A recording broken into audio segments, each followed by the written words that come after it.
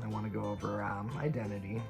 One thing that's important to me as far as what I feel I identify with is somebody who's trustworthy, someone who's capable, and someone who's just resilient. Because those three things are something that I feel is, for me, needed to be successful. And something unique about me is I have 6 kids, 2 businesses.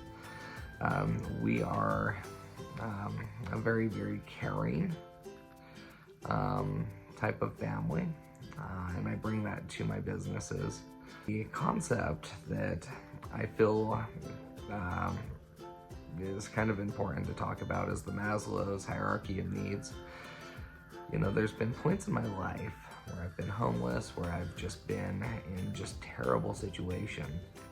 And one thing about me is I always really try to focus on improving myself. I feel that regardless of what happens or what type of pit you're in, or, you know, and sometimes we're digging our own holes, but when I was raised with the understanding that you can always work harder than what the problem is and work your way out of it. So the next thing I want to go over is personality and perspective. Now, in class, the specific topic or concept that I want to bring into this section is the psychoanalytic personality theory. And the thing that really stood out is the tip of the iceberg, where you're able to see, or what people are able to see is just what's on the outside, you know, and what you promote, so to speak.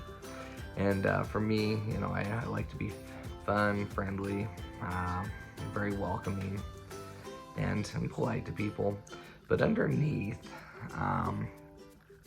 is the stuff that people just don't know, but it's kind of guided what our personality would be. And it's kind of ironic that I'm a real estate agent, because, you know, when I was younger,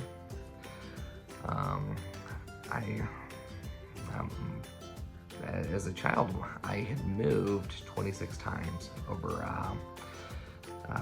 the point of 18 years. So every time I would move, I would always have to start over again, build new friendships, and it made me very, very talkative and very easy to speak with people and be friendly with them. You know, you just don't know when you're gonna move, and typically when you moved, you never speak to people again, never talk to them again. And going into that further, like, one of my biggest fears is just losing things in life, you know, losing my house, losing my wife, losing my kids, you know, that's a very big fear of mine. You know, I myself have always been a very driven person when it comes to work, goals, and KPIs, or key performance indicators. I always try to be number one. There's a movie, The Ballad of Ricky Bobby, and they say if you're not first, you're last. And, you know, I always kind of have that mindset where I really try hard to be number one. In 2018, I started my own little company, and it was my baby, and I worked and worked and worked, essentially doing media contracts with different companies, and I had to close my doors, and it was a very big blow to me, especially when I worked, or I was under the mindset that I could work my way through any problem. And the things that really motivate me is really fear of loss. That was one of those things where walking from that experience, I became more open to actually mentorship and increasing my education on things, rather than thinking I knew everything. So I became very open-minded to feedback. The two key concepts from our book reading that I feel connect with me. One is emotionalism. I am very emotionally charged when it comes to things that will be put in front of me. I will stop mid-scroll just to see something that I feel in its image or in its wording is emotionally driven.